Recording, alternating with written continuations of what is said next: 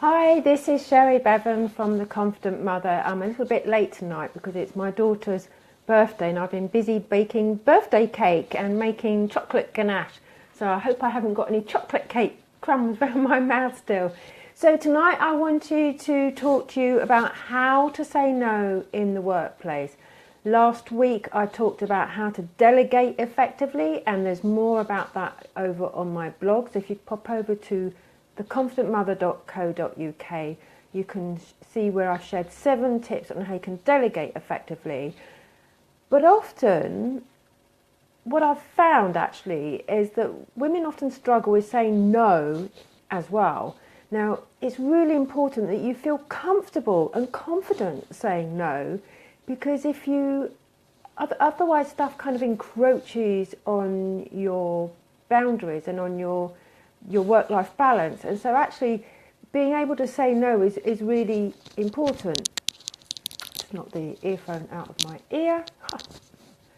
So, and actually being able to delegate effectively and knowing how to say no when somebody asks you to do something like stay late or take on an extra project, or come into the office on a day when you normally work from home.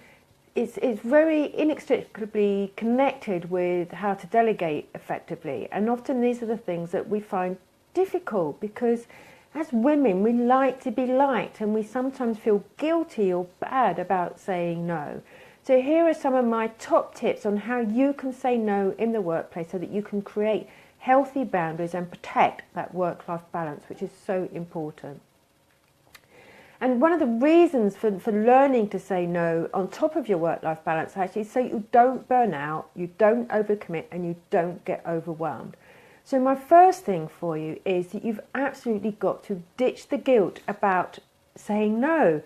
Oh my goodness, some of the women that I talk to, in fact I was talking to somebody just yesterday, she's a project manager, and she's feeling guilty about saying no to somebody, about taking on additional work, because she didn't want to make that person, well, she didn't want to feel like she was letting them down.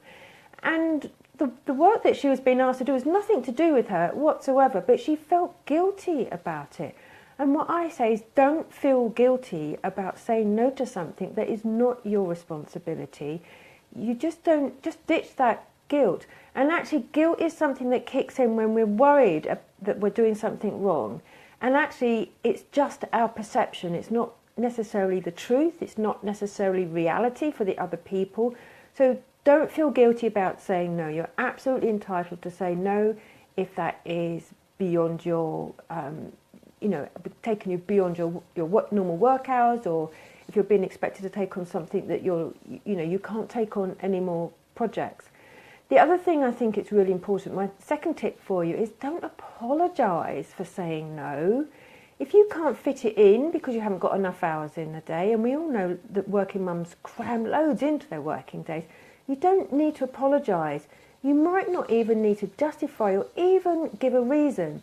Okay, so if it's your boss and they want you to take on an extra project, maybe you do need to have a conversation, but you don't need to apologise for saying no. My third tip for you is if it's your boss or a co-worker or even a team member that's asking you to do something, put the ball back in their court. So you can say to your boss, for example, do you know what, that's a fantastic project, I'd really love to be considered for it. However, you've already told me you want me to get this done by the end of the month. So put the ball back in their court. What do you want me to focus on first? So that then it's their decision, it's their responsibility for deciding what you're going to focus on. And that's the only way you can do it. If it's a co-worker, then maybe you don't even need to put the ball back in their court, but you could say, I can't help you today, I can help you next week, let me know if that's still something you're interested in. And then the other way, I think, is a nice way of saying no without feeling rude or bad or guilty or feeling like you're letting people down, is appreciate the offer. If maybe you're being offered a new project to work on, or maybe you're being offered some overtime, which you may or may not want, but sometimes it can help if you can offer an alternative. So for example, Sheila comes over to me and says, Sherry, I'd really love you to work on this project. I'd really love you to get involved in the new marketing platform.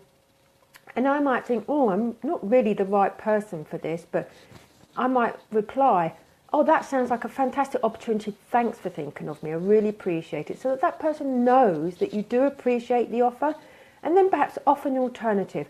I'm not sure I'm the person with the right skill set. What about Sophie? Because she's all over digital marketing and she's really strong on that. And it would be a great opportunity for her to demonstrate her experience and her knowledge. So that actually would be a win-win, because it may well be Sophie's looking for an opportunity to build her skills. Your boss is looking for somebody to get involved on the digital marketing project. So that's my last tip for you. So it's about ditching the guilt about saying no, not apologising, because you don't need to apologise, you don't need to justify why you're saying no. Put the ball back in the court of the person who's asking you to take on that extra work or those extra hours. Get them to make the decision on what's important and what's not. And then appreciate the offer and offer an alternative, which could be another person, somebody with the right skill set, maybe offering an alternative time if it's about arranging a meeting. So those are my tips for you. If you want more tips on this, I've written about this a lot more on my blog this week. If you come over to theconfidentmother.co.uk. The other thing I wanted to let you know about is I'm running a Career Confidence one-day workshop on Saturday the 21st of April, where we're going to cover how to delegate effectively. We're going to cover how to say no.